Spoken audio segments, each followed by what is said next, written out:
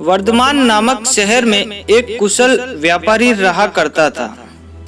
जब उस राज्य के राजा को उसकी कुशलता के बारे में पता चला तो राजा ने उसे अपने राज्य का प्रशंसक बना दिया। व्यापारी की कुशलता से आम आदमी से लेकर राजा तक सभी बहुत प्रभावित थे। कुछ समय बाद व्यापारी की लड़की की शादी तय हुई। इस खुशी में व्यापारी ने बहुत बड़े भोज का आयोजन किया।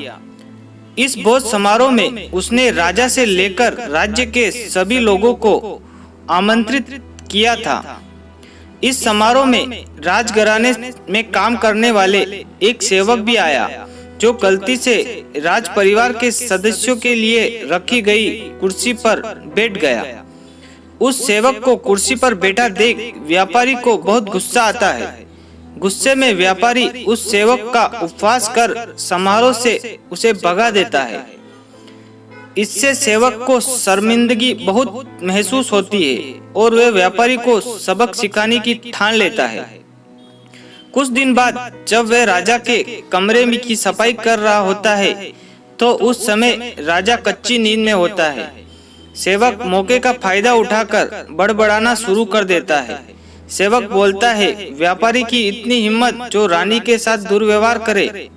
ये सुनकर राजा की नींद उड़ जाती है और सेवक को कहता है, क्या तुमने कभी व्यापारी को रानी के साथ दुर्व्यवहार करते हुए देखा है? सेवक तुरंत राजा के पैरों में गिरकर उनसे माफी मांगने लगता है और कहता है, मैं रात में सो नहीं पाया, इसलिए मैं कुछ भी बड़बड़ा रहा हूँ। सेवक की बात सुनकर राजा सेवक को कुछ नहीं बोलता है, लेकिन उसके मन में व्यापारी के लिए शक पैदा हो जाता है। इसके बाद राजा ने व्यापारी के राजमहल में प्रवेश पर पाबंदी लगाकर उसके अधिकार को कम कर दिया।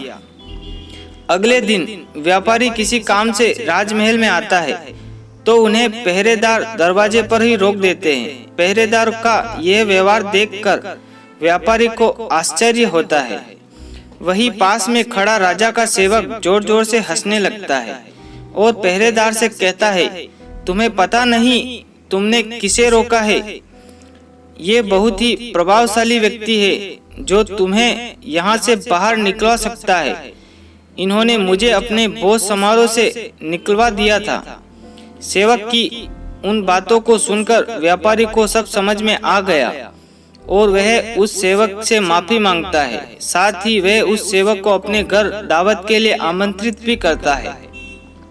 व्यापारी ने सेवक को बड़े विनम्र भाव से भोज कराया और कहा, उस दिन जो भी किया वह गलत था। व्यापारी से सम्मान पाकर सेवक खुश होता है और कहता है, आप परेशान न हो, राजा से खोया हुआ सम्मान आपको बहुत जल्दी वापस मैं दिलवाऊंगा।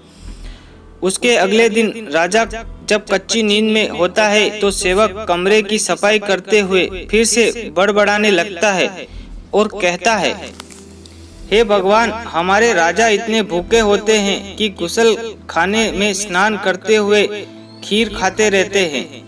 इस बात को सुनकर राजा नींद से उठकर सेवक से क्रोध में कहते हैं, मूर्ख सेवक, तुम्हारी इतनी हिम्मत कि तुम मेरे बारे में ऐसी बात करो। राजा के क्रोध को देखकर सेवक पैर में गिरकर माफी मांगता है और कहता है, महाराज, रात को मैं ठीक तरह से सो नहीं पाया, इसलिए कुछ भी बड़बड़ा रहा हूँ। फिर राजा सोचने लगा, अगर यह सेवक मेरे बारे में ऐसा बोल सकता है तो उस व्यापारी के बारे में भी झूठ ही बोल रहा होगा। अगले दिन राजा ने व्यापारी को महल में बुलाया और उनसे छीने हुए सभी अधिकार वापस दे दिए। कहानी से सीख, हमें इस कहानी से ये सीख मिलती है कि किसी को छोटा समझकर उनका मजाक नहीं उड़ाना चाहिए, सभी का सम्मान करना चाहिए। किसी को नीचा दिखाने से एक दिन खुद भी अपमान का सामना करना पड़ सकता है।